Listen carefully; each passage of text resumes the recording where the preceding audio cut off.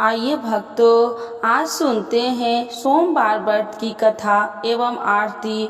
तो एक बार बोलिए प्रेम से शिव जी की जय, माता पार्वती की जय। समय की बात है, किसी नगर में एक साहूकार रहता था।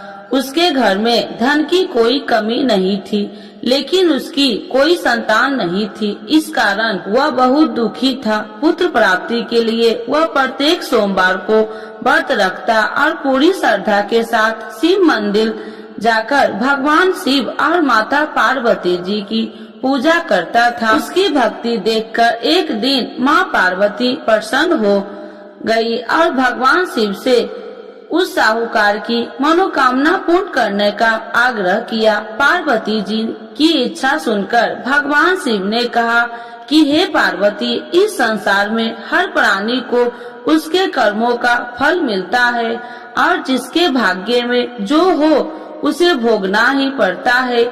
लेकिन पार्वती जी ने साहूकार की भक्ति का मान रखने के लिए उसकी मनोकामना पूर्ण करने की इच्छा जताई। माता पार्वती के आग्रह पर शिव जी ने साहूकार को पुत्र प्राप्ति का वरदान तो दिया, लेकिन साथ ही यह भी कहा कि उसके बालक की आयु केवल 12 वर्ष होगी। माता पार्वती और भगवान शिव की बातचीत को साहूकार सुन रहा था। उसे न तो इस बात की खुशी थी और न ही दुख।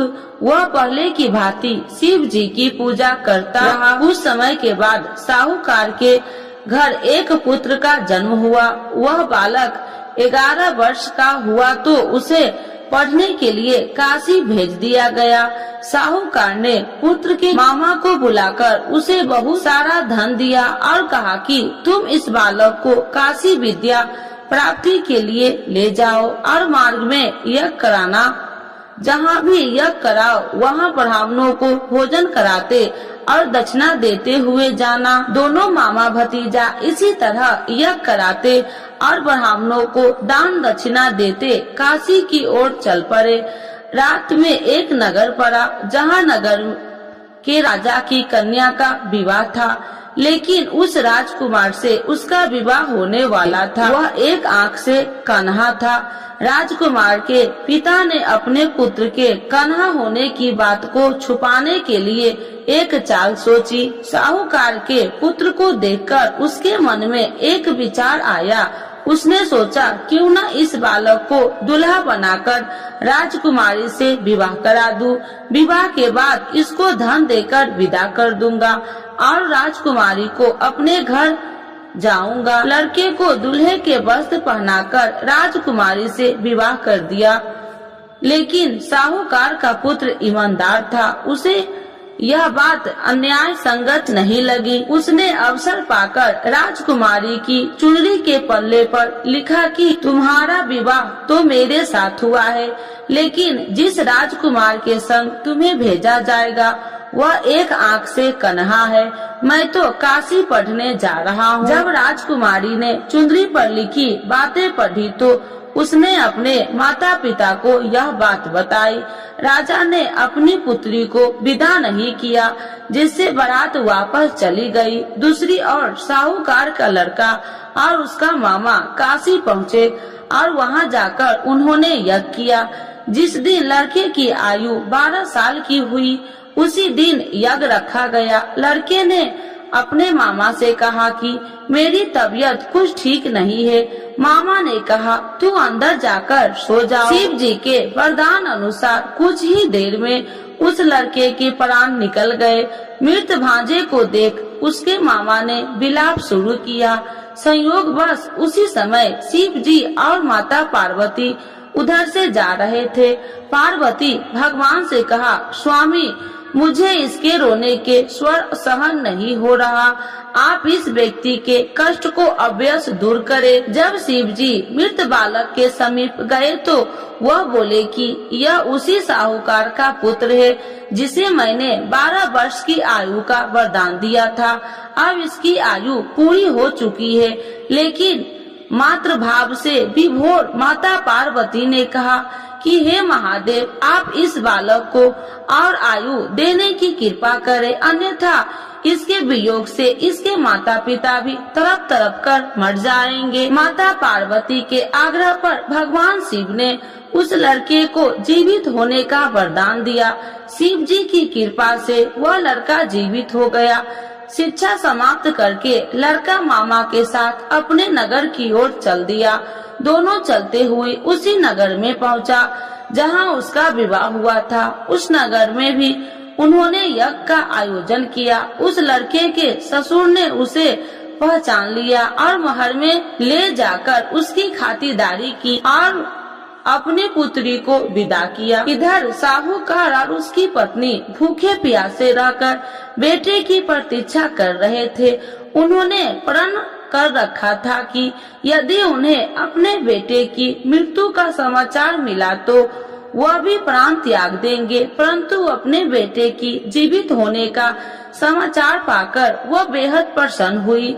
उसी रात भगवान शिव ने व्यापारी के स्वप्न में आकर कहा, हे श्रेष्ठ, मैंने तेरे सोमवार के व्रत करने और व्रत कथा सुनने से प्रसन्न होकर तेरे पुत्र की लंबी आयु प्रदान की है। इसी प्रकार जो कोई सोमवार व्रत करता है या कथा सुनता है और पढ़ता है, उसके सभी दुख दूर होते हैं और समस्त मनोकामनाएं पूर्ण होते हैं। तो एक बार बोलिए प्रेम से शिव जी की जय, माता पार्वती की जय। आरती शिव जी की। ओम जय शिव ओमकारा, स्वामी जय शिव ओमकारा, ब्रह्मा विष्णु सदा शिव अर्धांगी धारा।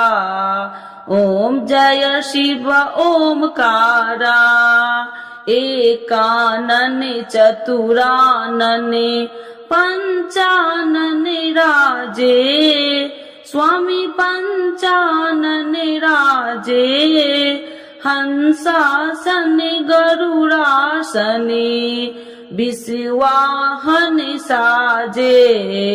ओम जय शिव ओमकारा, दो भुज चार चतुर्भुज, दस भुज अति सोहे, स्वामी दस भुज अति सोहे, त्रिगुणी रूपिणी रखिते, तिरुबनि जन मोहे। ओम जय शिव ओमकारा, अच्छी माला बनि माला, मुंडी माला धारी, स्वामी मुंडी माला धारी, त्रिपुरारी कंसारी, करी माला धारी। ओम जय शिव ओमकारा, श्वेतांबर पीतांबर बाघांबर अंगे, स्वामी बाघांबर अंगे, सनिकादिकी गरुणादिकी भूतादिकी संगे। ओम जय शिव ओमकारा, करके मध्य कमंडल चक्र त्रिशूलधारी, स्वामी चक्र त्रिशूलधारी, सुखकारी दुखिहारी, जग पालनकारी। ओम जय शिव ओमकारा, ब्रह्मा विष्णु सदा शिव जानति अविवेका, स्वामी जानति अविवेका, मधु कैटभ दो मारे, सुर भयहीन करे।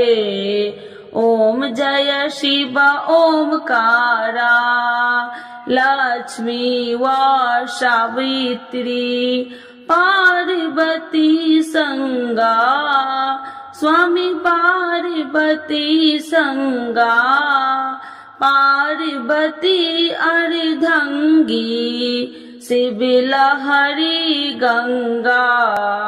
ओम जय शिव ओमकारा।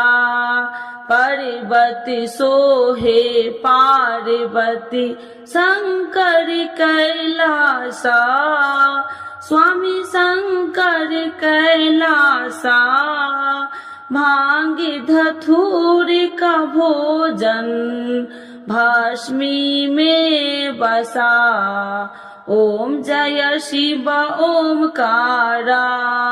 जटा में गंगा बहती है, गले मुंडन माला, स्वामी गले मुंडन माला। शेष नाग लिपटावती, ओढ़त मृग छाला। ओम जय शिव ओमकारा। काशी में विराजे विश्वनाथी नंदी ब्रह्मचारी, स्वामी नंदी ब्रह्मचारी। नित्य उठी दर्शन पावती, महिमा अति भारी। ओम जय शिव ओमकारा। त्रिगुण स्वामी जी की आरती जो कोई नर गावे, स्वामी जो कोई नर गावे। कहत शिवानंद स्वामी, मन वांछित फल पावे। ओम जय शिव ओमकारा। प्रभु हर शिव ओमकारा। शिव जी की जय, माता पार्वती की जय।